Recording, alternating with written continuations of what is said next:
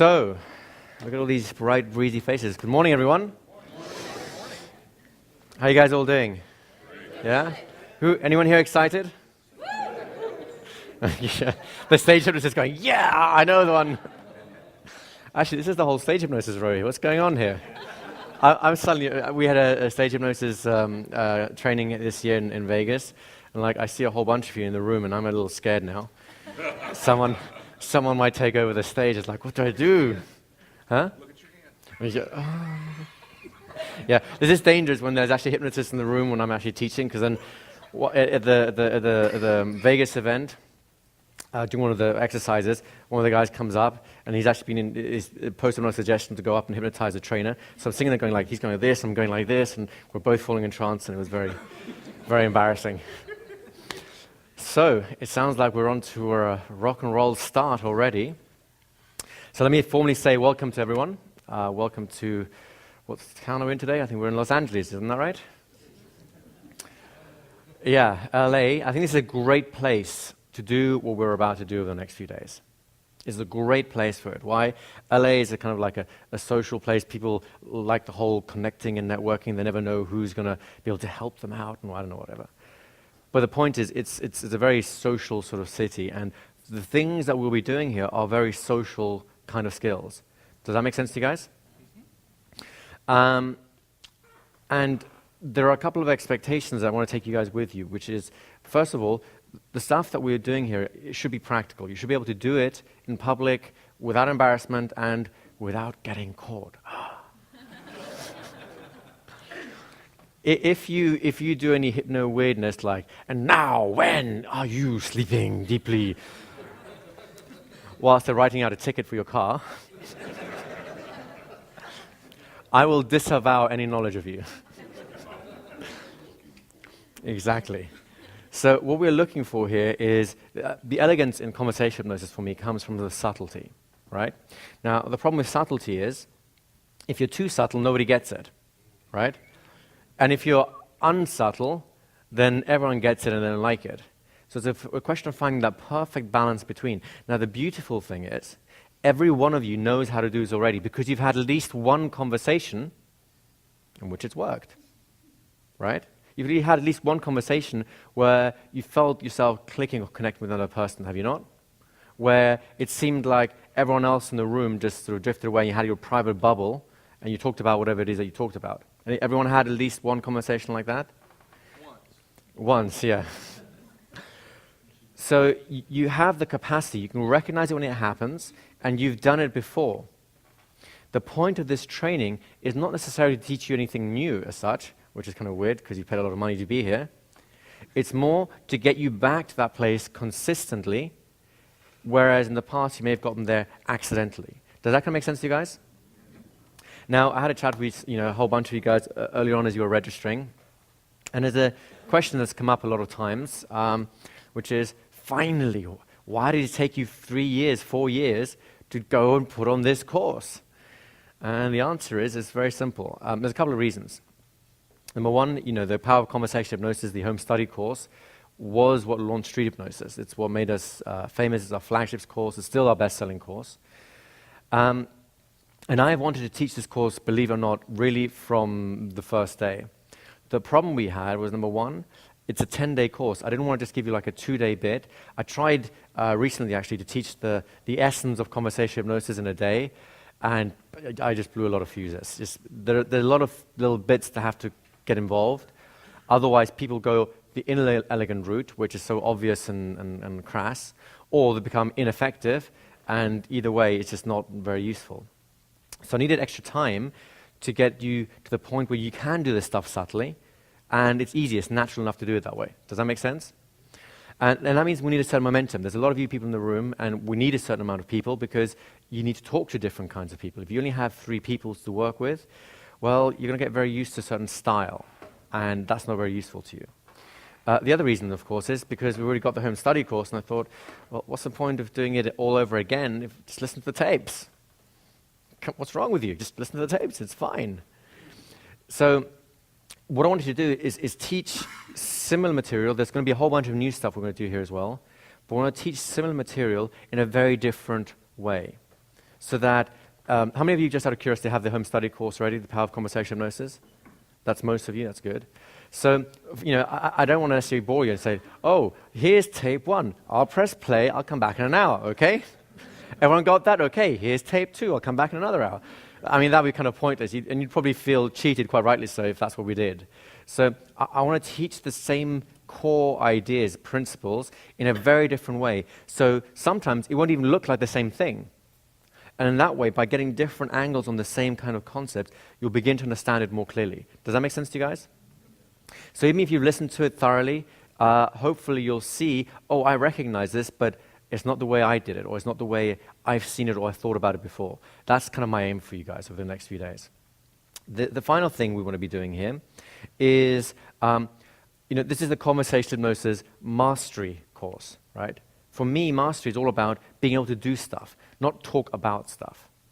So I'm going to strip out as much of the theory as I can, and I'm going to give you enough to get your intellects engaged in doing the right things and getting the results. In other words, this is all about what you do. This is how you behave. It's how you apply the skills. And if you want to have some more of the theories or some more insights into some of the ideas that we started developing here and how to take it further, that's really what the audio CDs are for. They'll be complements to each other. Because I don't want to waste your time talking about ideas here that we won't necessarily put into practice. I'd rather give you a foundation, so when you hear another idea, you go, oh, I get it. I can adapt what I can already do and add that piece in there too. Does that kind of make sense to you guys? Because that way it's much more useful to you. It's a way of you taking these skills and actually using them, and then having this other stuff around the edges that you can add, kind of like, I think for kids at the moment, Pokemon's this big thing. You can kind of add little extra bits on top of each other, and you have your base onto which you add whatever it is you want. So you can take it whatever direction you want to take it in. Does that make sense to you guys? Yep. So there's a couple of expectations I'd like you guys to have over the course of our 10 days together. The first one is, this is not a therapy training, right? And I mean that in both senses of the word. This is not necessarily an opportunity for you guys to say, oh, I've had a really terrible childhood, please help me, right?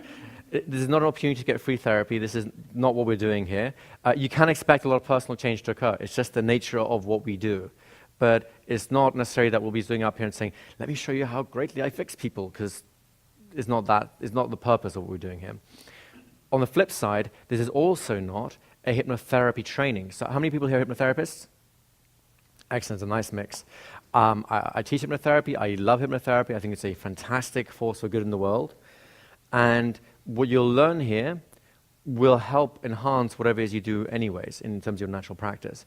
But we're not certifying hypnotherapists here because that requires a specific skill, a specific focus, and certain ideas and concepts that we really won't be touching on just because it would be beyond the scope of what we're doing here. I mean, we could happily sit here for 6 months and just get it all done, but I don't think most of you have 6 months to just sit down in a room in LA, no matter how nice it is, and do that. Does that make sense?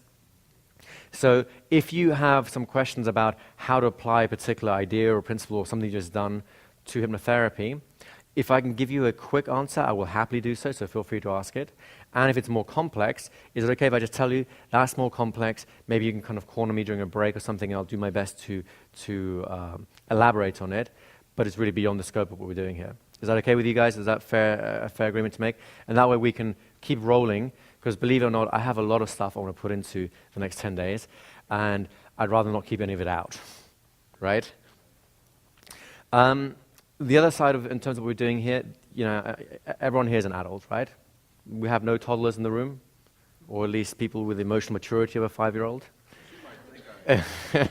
Yeah, that's just part of marriage, isn't it? So the reason I say this is an adult learning environment, and that means you guys, you do what you need to do to get the best out of this training.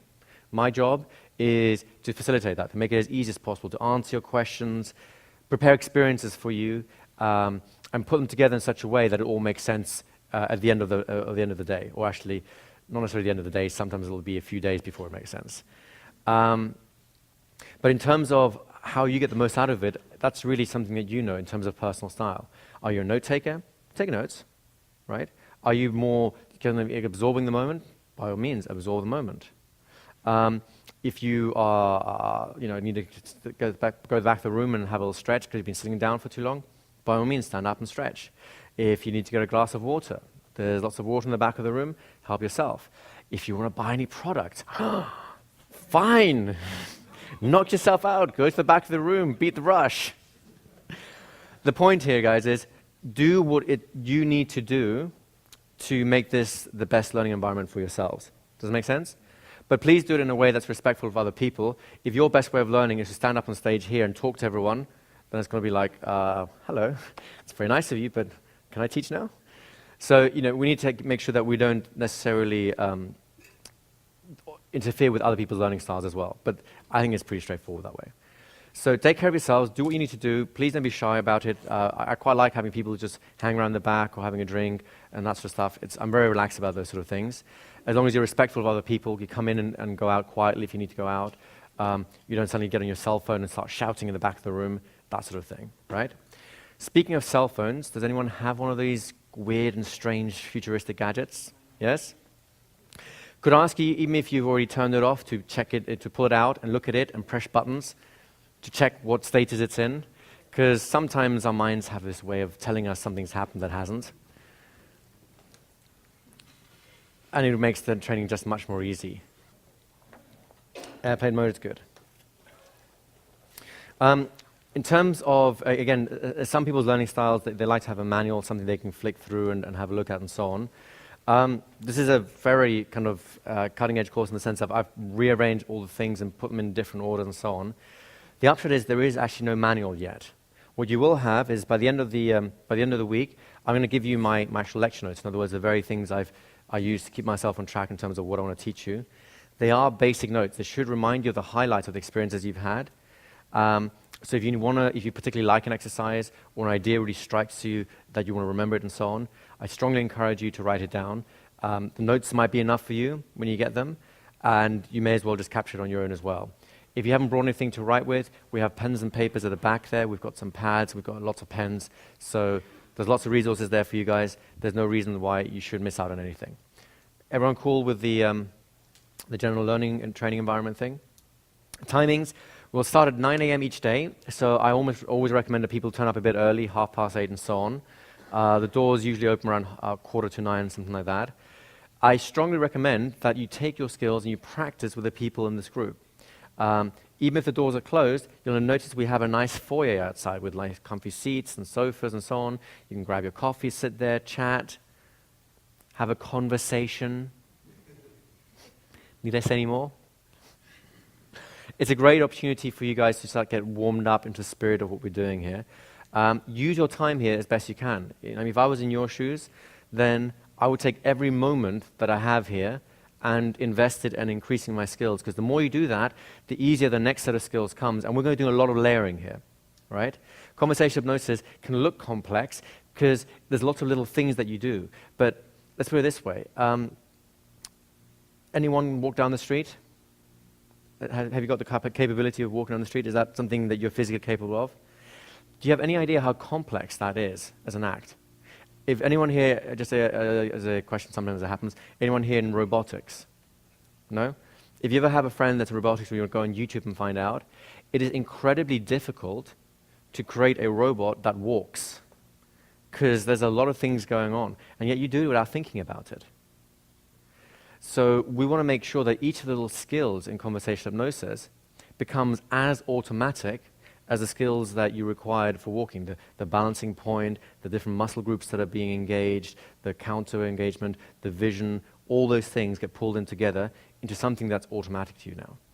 Conversational hypnosis will become automatic to you when all the pieces it's made out of have been, shall we say, practiced to the point that you don't have to think about them anymore. Does that make sense? So if you want to leave as a true master, then take the time you have here to really practice the skills so they are automatic. Otherwise, you can leave as an apprentice master who just has to do more practice and then he gets there. Make sense? So we're working from 9 a.m. till about 5 p.m. is the official timing. Sometimes I'm going to reserve the right to run over a little bit till about 4:30, something like that. if we need to spend a little bit more time to finish something off. As I say, I'd rather give you a little extra and make sure that we finish all the pieces than that you miss out on something. So if you have any other engagements, please build that into your time. So either you have an extra half hour of practice time, or another half hour to chill and let your mind, settle down. Or you use that half hour in here whilst we're doing stuff here, and you'll still make your appointments at the right time. Make sense? As we talked about a moment ago, this is the Conversational Hypnosis Mastery Program. And the things I want to focus on here is something which really where the name street hypnosis came from before street hypnosis became what now street hypnosis is, which is hypnotizing people on the streets and making their hands stick to fridges and God knows what else. The idea came to me about 10 years ago. The idea that hypnotherapy I think is a great tool. I think it's a fantastic thing that exists in the world, and it's a tremendous force for good for people. And there's stage hypnosis, which is very entertaining. It can be very inspirational. A lot of hypnotherapists don't realize that they live off of the marketing done by stage hypnotists, because people see the show and go, wow, that's amazing. I wonder if hypnosis will help me for this. It's a great proof of concept sort of thing. So we've got hypnotherapy on one side, we've got stage hypnosis entertainment on the other side, both very valuable, I think, uses of hypnosis when applied well. But most people don't spend their life in therapy. I mean, some I guess do, but most people don't. Most people don't spend their life in a theater. Again, some do, but most people don't. Most people spend their life on the streets doing day-to-day things, going to work, having a family, going to a restaurant and so on. And I thought it was a tremendous shame that we couldn't apply the power of hypnosis to all those areas in between as well. And that's really where the name street hypnosis came from. It's the idea that you can use it on a bus, in a car, on a plane, in public, in private. Wherever you are, as long as there are other human beings around, you can do a form of street hypnosis. You can not necessarily stick people's hands to tests and so on. We'll teach you that too if you want. But this is more about making your way through life. So you can walk through life with your head held up high so that you can be a force for good in the world. You can influence others and leave them a little bit better off than before they met you. So that, everywhere you go in the world, it's just left a little bit better. People are a little bit happier. Problems are a little bit, harder to come by and so on.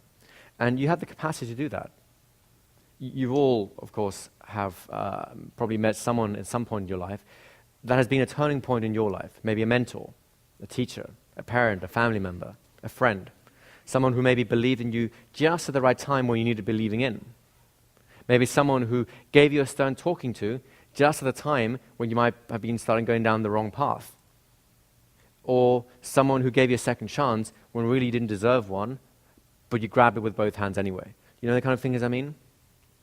We've all had people like that in our lives, and if it hadn't been for those people, our lives would be impoverished now, would they not? So my hope is that at the end of these 10 days, you choose to become a person like that. Now, I can't make you, right? It's not my job to tell you what to do. But hopefully, as you see the kind of things that we'll be doing here, as you get used to these hypnotic gifts you can give people and the interactions and the nature of the interactions you can develop, I'm hoping that that'll inspire you to want to do it for yourselves, just because you can. And if you need an extra little carrot, it's also a way that you can get more out of things in your own life. You see, there are basically two influence models out there in the world. There's the win-win and the win-lose model. You may have heard of these. The win-lose model is basically, you have some and I don't, better take it. The win-win model is, there's plenty for everyone.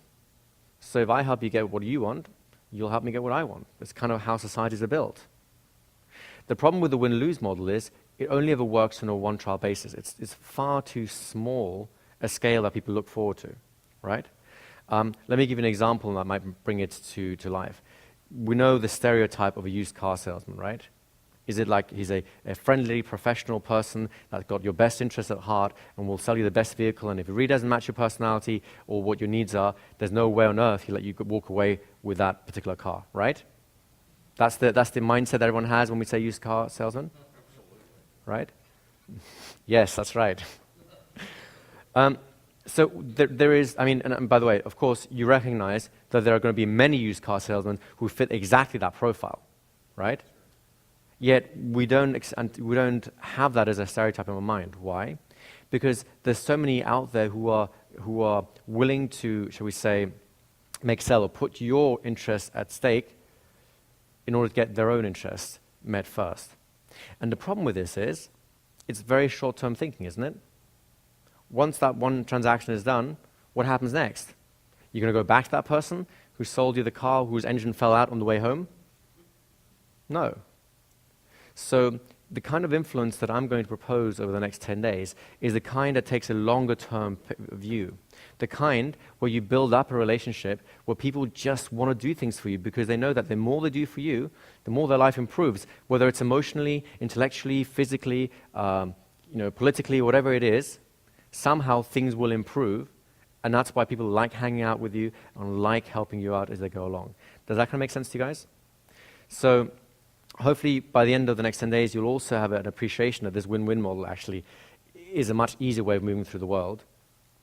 And the other version, well, let's get to kind of a world of trouble. Has anyone seen the famous hypnotic thief? It's been all around the internet. If you've been to our website, you may have seen it. Basically, it's a guy, I think it was in Italy, who grabbed a fistful of cash from a supermarket and ran because he used his hypnotic powers to put someone in a trance, and then they didn't know what happened until the end of the day, right? Sounds like, wow, this guy has amazing powers. He must be really smart and good at what he does, right? I'm sorry, guys, but it's still a bit retarded. How much is he going to get from a supermarket till? $200? And now he's on the run from the police through the whole nation? How far is he going to get on $200? He's going to really live the life of luxury, isn't he? Buy a private island and have security cards to keep the police at bay. Do you see where I'm going with this? And the reason I think it's particularly just, I don't know, insane what that person did is because the very same skill set could make him a six-figure income easily and ethically, in other words, in an ethical and lawful way, either as a top-class salesperson or as a hypnotherapist. I have a whole bunch of hypnotherapy friends who are making six-figure incomes. It's actually very straightforward to do once you switch your mindset into creating the whole system and things around you as well, right? So my hope is that at the end of these 10 days, you'll have the skill to realize just how silly someone would be to grab a handful of cash, because your capacity for increasing your income just goes through the roof by applying these skills of influence in an ethical way where you're actually building a relationship that will be more than just a one-trial event. Does that make sense to you guys? So with that as kind of as a backdrop,